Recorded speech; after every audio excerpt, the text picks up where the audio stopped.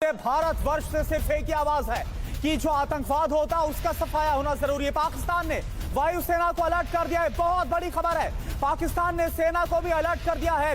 Forward base को LOC पर alert कर दिया गया है। पाकिस्तान को डर है भारत हमला करेगा। फवाद चौधरी ने क्या कहा, बयान हमने आपको दिखाया। फवाद चौधरी ने बोला कि भारत अब हमला कर सकता है, आतंकी हमला करके पाकिस्तान डर गया है। सुमित, क्या खबर आ रही है, क्योंकि अब अभी हमने बताया कि फवाद चौधरी ने बोला कि भारत हमला करेगा और अब पाकिस्तान ने एक्शन लेते हुए अपने तमाम सेना को डिप्लॉयमेंट को अलर्ट कर दिया।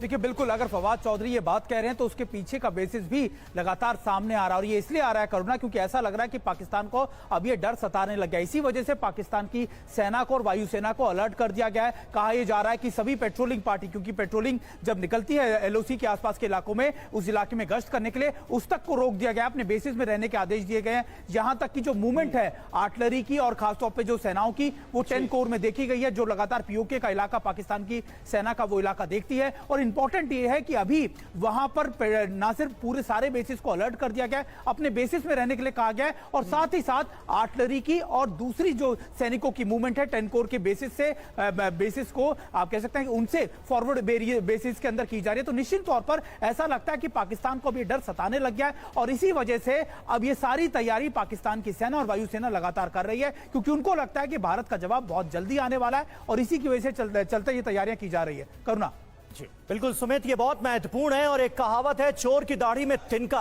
वो इस वक्त डर नजर आ रहा है, पाकिस्तान के अंदर एक तरह का खौफ नजर आ रहा है, और पाकिस्तान को डर इस बात का है कि पहलगाम में हुए इस आतंकी हमले का बहुत करारा जवाब दिया जाएगा भारत की वजह से, और पाकिस्तान पर हमला होगा। और यही वजह है कि पाकिस्तान ने अपनी एयरफोर्स को पूरी तरह से अलर्ट कर दिया है। और अभी थोड़ी देर पहले पीटीआई के नेता हैं, इमरान खान की जब सरकार थी पाकिस्तान में तो मंत्री रहे फवाद चौधरी, उनका बयान हमने आपको दिखाया। वो कह रहे हैं कि भारत हमला कर देगा तो हम एकजुट हैं, यानी पक्ष विपक्ष सब एक हैं, ये बताने की कोशिश वो करते हुए नजर आ रहे हैं।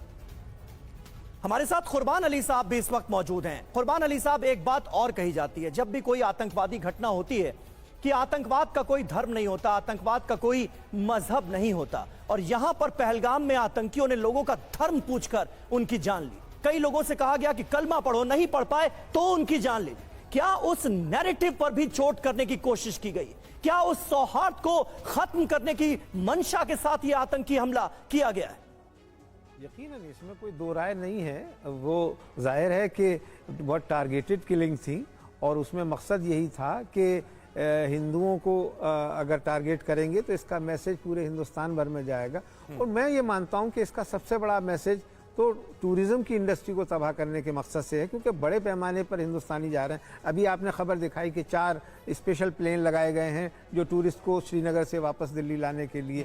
तो जाहिर है कि 5-6 साल से सब कुछ इतना नॉर्मलिटी आ रही थी, पीस आ रही थी, उसको डिस्टर्ब कर कैसे किया जा सकता है? उसके लिए एक सोची समझी रणनीति के तहत, एक सोची समझी साजिश के तहत ये किया जाता है। लेकिन साथ ही साथ ये इस बात को जस्टिफाई नहीं किया जा सकता कि उन्होंने अगर मजहब का नाम लेकर के हमला किया है तो क्या आप इसको एक स्वीपिंग रिमार्क्स दे दें कि साहब ये इस्लामी हमला है या मुसलमानों की तरफ से हमला है। इसको हिंदू मुस्लिम जंग ना बनाइए प्लीज। और इसको ये जो पाकिस्तान के साथ में या जो इनपुट आ रहा है उसको देखते हुए जो कार्रवाई की जानी है वो सोच समझ करके की जानी चाहिए। और उसको जैसे आपने पुलवामा का बदला लिया, बालाकोट किया, वैसा ही कुछ इस तरह से अगर किया जाए तो जाहिर है कि उससे एक लगाम लगेगी। और सिर्फ ये एक घटना नहीं है, इस तरह की अभी और भी कई घटनाएं हो सकती हैं, इसकी आशंका से इनकार नहीं किया जा